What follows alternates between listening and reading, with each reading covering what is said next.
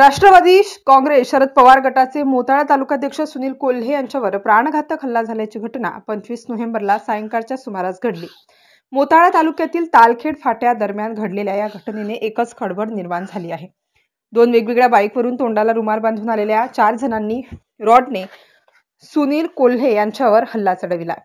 यामध्ये ते गंभीर जखमी झाले असून त्यांचा डावा पाय आणि डावा हात फ्रॅक्चर झाला असल्याची माहिती प्राप्त झाली आहे। त्यांना गंभीर अवस्थेत बुलढाणा जिल्हा सामान्य रुग्णालयात अधिक उपचारासाठी दाखल करण्यात आला आहे।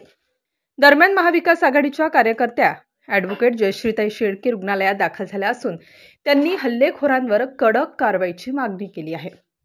महाविकास आघाडीचे ज्यांनी प्राणपणाने काम केले अशा लोकांवर प्राणघातक हल्ले केले जात असून अशा विधानसभा निवडणुकीचे निकाल लागल्याच्या दिवसापासून महाविकास आघाडीच्या कार्यकर्त्यांच्या घरावर तलवारी घेऊन चाल करणे, ज्यांच्या घरावर बॅनर होते त्यांना मारहाण करणे तसेच धमकावण्याचे प्रकार जिल्ह्यात सुरू असल्याचे या प्रसंगी जयश्रीताईंनी म्हटले आहे।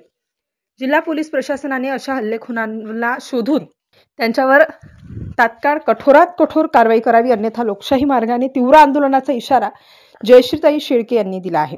MCN न्यूज मराठीकरिता रवी शेघोकार, बुलढाणा। आमचे राष्ट्रवादी काँग्रेसचे तालुकाध्यक्ष मोताळा तालुक्याचे सुनील भाऊ कोल्हे यांच्यावर आज सायंकाळी 4 अज्ञात लोकांनी तोंड बांधून भ्याडपणे हल्ला केलाय।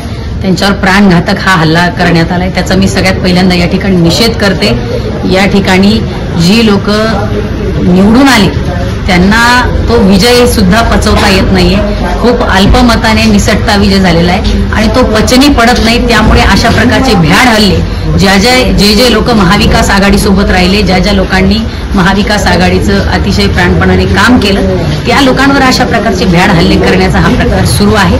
याचा आम्ही निषेध या ठिकाणी करतो आणि माझी पोलीस प्रशासनालाही विनंती आहे की या लोकांना या ठिकाणी शोधून यांना तातडीने अटक झाली पाहिजे, यांच्यावर कारवाई झाली पाहिजे आणि अशा प्रकारचे जे काही प्रकार निकाल लागल्याच्या दिवसापासून सुरू आहे हे सगळे प्रकार थांबले पाहिजेत। ज्या लोकांनी महाविकास आघाडीचं काम केलं त्या लोकांच्या घरावर तलवारी घेऊन लोक पाठवले जात आहेत।